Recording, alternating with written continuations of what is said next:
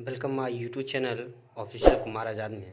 आज आप सबको हम क्लास 10th के गणित पढ़ाऊंगा और पूरे गणित 90 दिनों में समाप्त कर दूंगा। तो चलिए शुरू करते हैं। Introduction of mathematics. बहुत से स्टूडेंट को ये नहीं मालूम होता है कि किस चैप्टर से कितना नंबर पूछा जाता है, और जिस चैप्टर से ज़्यादा नंबर पूछेगा और उस चैप्टर को हम क्लियर कर लेते हैं जिससे हमको नंबर बहुत अच्छा आएगा। चलिए शुरू करते हैं इंट्रोडक्शन ऑफ मैथमेटिक्स। तो क्लास 10th के मैथ में टोटली 15 चैप्टर होता है और 15 चैप्टर को डिवाइड किया गया है।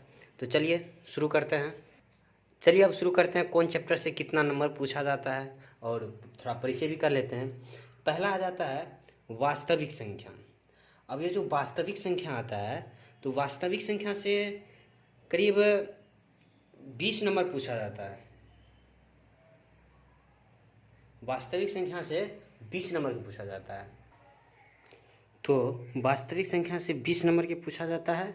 उसके बाद बहुपद हो गया, दो चार वाले रैखिक समीकरण हो गया, द्विघात समीकरण हो गया, समांतर श्रेणी। ये 1 2 3 4 5 चैप्टर मिला के करीब 20 नंबर पूछा जाता है। उसके बाद और समांतर श्रेणी भी है। इसमें कौन कौन हो गया? बहुपद, दो चर वाला रैखिक समीकरण युग्म, द्विघात समीकरण, समांतर श्रेणी। उसके बाद निर्देशांक ज्यामिति से 10 नंबर पूछा जाता है। त्रिकोणमितीय परिचय और त्रिकोणमितीय का एप्लीकेशन से पूछा जाता है 20 नंबर। उसके बाद वृत्त हो गया, वृत्त, रचना और त्रिभुज, ये तीन को मिला के ये हो गया 6 नंबर। उसके बाद 10 नंबर और 11 नंबर, इस सब टोटली मिला के पूछा जाता है। और ये त्रिभुज को भी लगाकर 20 नंबर। उसके बाद क्षेत्रफल आयतन से पूछा जाता है 10 नंबर और सांख्यिकी और प्रयोक्ता से पूछा जाता है 10 नंबर। ये तो हो गया कि ये कितने कितने नंबर मार्क्स का पूछा जाता है। एक आप सब देख लीजिए, थोड़ा देख लीजिए कि वास्तविक संख्या से 20 नंबर पूछा जाता है और बहुपद, दो चार वाला रैखिक समीकरण युग्म, द्विघात समीकरण, समांतर श्रेणी, त्रिभुज नहीं, समांतर श्रेणी से 20 नंबर पूछा जाता है। उसके बाद निर्देशांक ज्यामिति से 10 नंबर पूछा जाता है और त्रिकोणमिति का परिचय और उसके एप्लीकेशन दोनों मिला के 20 नंबर पूछा जाता है। वृत्त, रचना और त्रिभुज से 20 नंबर पूछा जाता है। उसके बाद क्षेत्रफल, आयतन और प्रयोक्ता से 10 नंबर पूछा जाता है, 10 नंबर। तो देख लीजिए 20 नंबर हो गया, 20, 40, 50। और उसके बाद टोटली मिला के करीब 100 नंबर कैसे पूछा जाता है। वृत्त और रचना और त्रिभुज मिला के 10 नंबर ही पूछा जाता है। तो टोटल 100 नंबर का पूछा जाता है। वैसे तो अब डबल कर दिया गया है, इसलिए इसे जो चैप्टर में जैसे वास्तविक संख्या से 20 नंबर पूछा जाता है, इसमें से हो सकता है 40 पूछे, क्या कि 200 नंबर का पूछता है, उसमें हमको 100 नंबर का जवाब देना है। तो एक जगह हम मिस्टेक किए थे कि त्रिभुज, वृत्त और रचना दोनों मिला के हम 20 नंबर बोले थे। 20 नंबर नहीं होगा, वहाँ पे 10 नंबर होगा। तो टोटली 100 नंबर हमको बनाना होता है, लेकिन पूछा जाता है कितना? डबल पूछा जाता है। जैसे वास्तविक संख्या हो गया। अब इस नंबर पे उतना डिस्कस नहीं करेंगे, हम चलते हैं कौन चैप्टर में क्या पढ़ना है हमको। जैसे हो गया पहला चैप्टर वास्तविक संख्या, तो रियल नंबर। तो हमको रियल नंबर में पढ़ना है नंबर सिस्टम। नंबर सिस्टम क्या होता है? जैसे नंबर हो गया कोई भी नंबर, जैसे होल नंबर, इंटीजर मतलब पूर्ण संख्या, प्राकृत संख्या, पूर्णांक संख्या, परिमेय संख्या, अपरिमेय संख्या, इवेन संख्या, ओड संख्या, अभाज्य संख्या, अभाज्य संख्या, अभाज्य संख्या, इमेजिनरी नंबर, उसके बाद कॉम्प्लेक्स नंबर, इस सब का नंबर के बारे में हमको अध्ययन करना पड़ेगा। और हम ये जो वास्तविक संख्या होता है, ये वास्तविक संख्या आपको करीब 4th से ही शुरू करते थे और जब तक पढ़ते हैं तब तक मतलब पढ़ना पड़ता है नंबर के बारे में, रियल नंबर के बारे में। जैसे अभी हम गवर्नमेंट इंजीनियरिंग कॉलेज से बीटेक कर रहा हूँ और मेरा ब्रांच है सिविल। तो अभी मैं सेकेंड ईयर में पढ़ता हूँ। तो मेरे को भी रियल नंबर के बारे में पढ़ना पड़ता है, इसलिए रियल नंबर बहुत ही इम्पोर्टेंट है।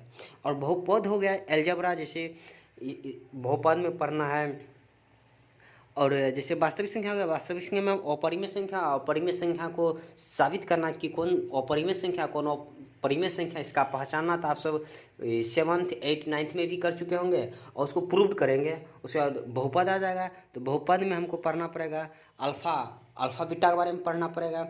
उसके बाद कोई इक्वेशन के बारे में पढ़ना पड़ेगा, बहुपद के बारे में पढ़ना पड़ेगा। और दो चर वाला रैखिक समीकरण युग में ये पढ़ना है, जैसे x + y = 10 और 2x + 3y = 6 है। इसको तो हल तो आप तुरंत कर लेते थे क्लास 8 या 9th में। अब इसी को हमको, ये जो इक्वेशन है, इस इक्वेशन को हमको दो चर वाला रैखिक समीकरण युग्म है। अब इसको हमको 5 तरीका से डील करना है। सॉरी, आपको क्लास 10th में 3 तरीका दिया होगा, लेकिन हम आप सबको 3 तरीका पढ़ाएंगे, या हो सकता है कि 5 तरीका भी पढ़ा सकते हैं। तो ये जो इक्वेशन दिया हुआ है x + y = 10 और 2x + 3y = 6, इसको हम 3 तरीका से डील करेंगे। आप सब पहला तरीका जानते हैं, लुप्ति विधि, जिसको हम कहते हैं विलोपन विधि। जैसे यहाँ पे 1 है, यहाँ पे 2 है, इसको 2 से गुना कर देते हैं और इसको 1 से गुना कर देंगे, तो एगो बराबर हो जाता है, काट देते हैं तो बना लेते हैं। इसको कहते हैं विलोपन या लुप्ति विधि। अब नेक्स्ट आएगा दो चर वाले द्विघात समीकरण। द्विघात समीकरण क्या होगा, जिसका घात 2 हो, x² + 2x + 3 = 0। द्विघात समीकरण भी आप सब पढ़ चुके होंगे, जैसे हो गया था फर्स्ट इंटू लास्ट गुणनखंड विधि, वही होगा। समांतर श्रेणी, एगो समांतर श्रेणी आपको नया आएगा, जिसको हम शॉर्ट में AP कहते हैं। इसमें पढ़ना पड़ेगा, जैसे सीढ़ी हो गया, कोई सीढ़ी हो गया, और सीढ़ी आप जानते होंगे, एक ये जो फट्ठी लगा देते हैं, इसको जो जितना दूरी होता है उतना ही पे देते हैं, और ये जो जितना दूरी पे होता है फिर इतना दूरी पे देते हैं, जो इतना दूरी का रहता है फिर इतना दूरी पे देते हैं, इसी को हम कहते हैं IP कहते हैं। उसे आप पढ़ना पड़ेगा त्रिभुज। त्रिभुज के बारे में तो आप सब जानते हैं क्या क्या पढ़ना पड़ेगा। त्रिभुज में हमको पढ़ना पड़ेगा, मतलब पाइथागोरस के बारे में पढ़ना पड़ेगा, थेल्स का प्रूफ करना पड़ेगा, थ्योरम आर के बारे में पढ़ना पड़ेगा, निर्देशांक ज्यामिति। निर्देशांक ज्यामिति आप तो 9th से भी परिचित हैं, उसी का कुछ डीप पढ़ना पड़ेगा। इसमें हमको पढ़ना पड़ेगा ये क्षेत्रफल निकालना, उसे निर्देशांक ज्यामिति में विभाजन सूत्र पढ़ना है। त्रिकोणमितीय परिचय एक नया आएगा, त्रिकोणमितीय परिचय। त्रिकोणमितीय परिचय आप सबको हम, ये जो 5 उंगली होता है, इस 5 उंगली पे आप सबको हम पूरे त्रिकोणमिति समाप्त कर दूंगा। ये जो 5 उंगली देख रहे हैं, इस 5 उंगली पे पूरे त्रिकोणमिति को हम समाप्त कर दूंगा। और त्रिकोणमिति सब स्टूडेंट कहता है बहुत भारी होता है, लेकिन मेरे लिए बहुत ईजी होता है त्रिकोणमिति। त्रिकोणमिति कुछ है ही नहीं, त्रिकोणमिति कुछ है ही नहीं, बस 5 उंगली। जैसे मान याद करते हैं, जैसे 37, जैसे हो गया 37 का मान कितना होता है, अब देख लीजिए उंगली 37 का। इसको कहेंगे 0, 30, 60, 0, 30, 45, 60, 90। अब कह रहा है 37, ये हो गया, तो 1, तो 1/2, मतलब उंगली गिनने के लिए आ गया, बस हो गया। इसलिए धैर्य रखें, ये सब बताएंगे, आगे बढ़ाएंगे। 37 का वैल्यू होता है 1/2। 1/2 क्यों होता है, ये मेरा 0, ये मेरा 30 है, इसके नीचे जाएंगे, साइन जो साइन होगा वो जाएंगे नीचे। एगो उंगली है, एगो दे देंगे ऊपर और नीचे, दो सब में डिवाइड कर देंगे, हो गया 37 का वैल्यू 1/2। इस सब के बारे में पढ़ना पड़ेगा हमको चैप्टर नंबर 8 में। त्रिकोणमिति के कुछ अनुप्रयोग, जो त्रिकोणमिति में इसमें जो प्रयोग करेंगे, इसी का एप्लीकेशन पढ़ना है। वृत्त के बारे में पढ़ना है, जैसे ये वृत्त हो गया, ऐसे रफ में समझाते हैं, जैसे ये वृत्त हो गया। अब वृत्त, इसी को बारे में ये सब पढ़ना पड़ेगा। ऐसा कुछ अलग रहेगा, ऐसा करना पड़ेगा। ये जो रंगा हुआ रहेगा, ठीक है, इसका क्षेत्रफल निकालने के लिए ये सब पढ़ाएंगे।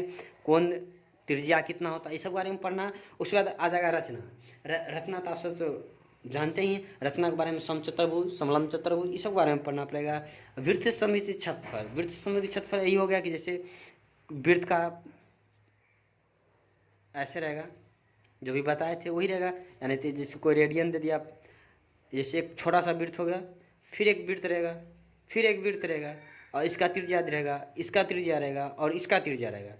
ये रंगा हुआ रहेगा, मान लेते हैं रेड सी रंगा हुआ, इसका त्रिज्या 3 है और इसकी मोटाई 10 है, तो 3 10, सॉरी ये 10 है और ये 3 है। तो इसका पहले क्षेत्रफल निकाल लेंगे, उसके बाद इस बड़का का क्षेत्रफल निकाल लेंगे, और उसके बाद क्या करेंगे, बड़का में से छोटका त्रिभुज के क्षेत्रफल को घटा देंगे, तो निकल जाएगा, इसका एरिया निकल जाएगा, तो फिर निकल जाएगा।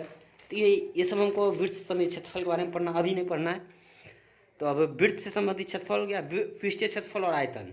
पीछे तो वही पृष्ठीय क्षेत्रफल और आयतन हो गया, ये शंकु, आयतन, शंकु, घन, घनाभ, बेलन, आर के बारे में हमको पढ़ना पड़ेगा, उसका आयतन के बारे में पढ़ना पड़ेगा।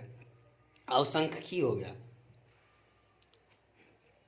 अवसंख्यिकी हो गया, तो सांख्यिकी में वही पढ़ना, आयताकार, आयताकार ये जो रहता है ग्राफ, थोड़ा बता देते हैं, ऐसा पड़ेगा, डंडाले का पढ़ना पड़ेगा, आयताकार पढ़ना पड़ेगा, और प्रयक्ता तो आप सब भले भांति ही जानते हैं प्रयक्ता कितना ईजी है। ये सांख्यिकी और प्रयक्ता केवल 2 लेक्चर में समाप्त कर देंगे। और एक आता है वास्तविक संख्या। वास्तविक संख्या को बहुत डीपली पढ़ाएंगे, हर एक चैप्टर को हम बहुत डीपली पढ़ाएंगे, और केवल हम 90 दिन में ये पूरे गणित को, क्लास 10 के गणित को समाप्त कर दूंगा। तो देखते हैं वास्तविक संख्या। अब वास्तविक संख्या के बारे में थोड़ा बता देते हैं, अगला लेक्चर में बताएंगे वास्तविक संख्या क्या होता है। अब देखते हैं वास्तविक संख्या। वास्तविक संख्या, तो वास्तविक संख्या का परिभाषा आप सब जानते होंगे कि परिमेय संख्या और अपरिमेय संख्या के समूह को वास्तविक संख्या कहते हैं। तो ये जो वास्तविक संख्या होता है, तो ये वास्तविक संख्या, वास्तविक छोड़ देते हैं, पहले देख लेते हैं संख्या क्या होता है। अब संख्या क्या होता है? संख्या को कोई नहीं कह सकता है कितने भाग में डिवाइड किया गया है। तो संख्या बहुत प्रकार का होता है, जैसे आप पढ़े होंगे प्राकृतिक संख्या,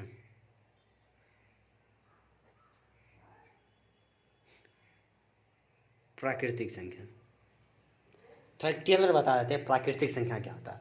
तो बताइए, तो आप सब प्राकृतिक संख्या क्या कहते हैं? तो आप सब बोल दीजिएगा कि प्राकृतिक संख्या आगे किसे कहते हैं? गिनती की संख्या को प्राकृतिक संख्या कहते हैं। गिनती की संख्या को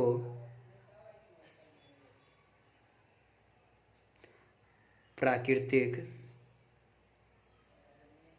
संख्या कहते हैं। एग्जाम्पल आपसे बताइएगा, 1 2 3 4 5 6 7 8 ... आप सब यही बताइएगा कि प्राकृतिक संख्या क्या कहते हैं। गिनती की संख्या को प्राकृतिक संख्या कहते हैं, जो कि यह गलत है, बहुत गलत है कि गिनती की संख्या को प्राकृतिक संख्या कहते हैं। जब आप गिनती की संख्या को प्राकृतिक संख्या कहते हैं तो गिनती किसे कहते हैं? तो गिनती आप सब बताइएगा 1 2 3 4 5 6, लेकिन हमको माइनस प्लस का ज्ञान है तो हम ये भी तो गिन सकते हैं कि -1 -2 -3 -4 -5, ये भी तो गिनती है। तो आपके अनुसार ये भी तो एक प्राकृतिक संख्या है। जब आप कहते हैं कि गिनती की संख्या को प्राकृतिक संख्या कहते हैं, ये मेरा भी तो गिनती है, क्योंकि इसके बीच के जो टाइम लगता है और इसके बीच की जो दूरी है वो सब सेम है, सबका दूरी सेम है, इसलिए मेरा गिनती है। जब गिनती है तो इसका मतलब ये भी मेरा प्राकृतिक संख्या। मैं नहीं कह रहा हूँ, आप सबके अनुसार ये भी होगा एक प्राकृतिक संख्या, जो कि गलत है, जो कि गलत है। तो अगले वीडियो में बताएंगे प्राकृतिक संख्या क्या होता है, और प्राकृतिक संख्या बताएंगे, पूर्ण संख्या बताएंगे, पूर्णांक संख्या बताएंगे, परिमेय संख्या, अपरिमेय संख्या, रियल नंबर, इस सब बारे में बताएंगे अगले वीडियो में। तब तक के लिए धन्यवाद। अगर वीडियो अच्छा लगे तो लाइक सब्सक्राइब कर दीजिएगा और शेयर भी कर दीजिएगा। अगर किसी कहीं पे भी अगर डाउट हो तो आप हमसे संपर्क कर सकते हैं। मेरा मोबाइल नंबर है 85 21 32 89 16। इस पर आप संपर्क कर सकते हैं, और मेरा ये व्हाट्सअप भी नंबर है। और अगर कहीं पे भी दिक्कत हो तो व्हाट्सअप कर सकते हैं, कोई भी क्वेश्चन, या आप कमेंट भी कर सकते हैं। अगर अच्छा लगा होगा वीडियो तो कमेंट जरूर कीजिएगा।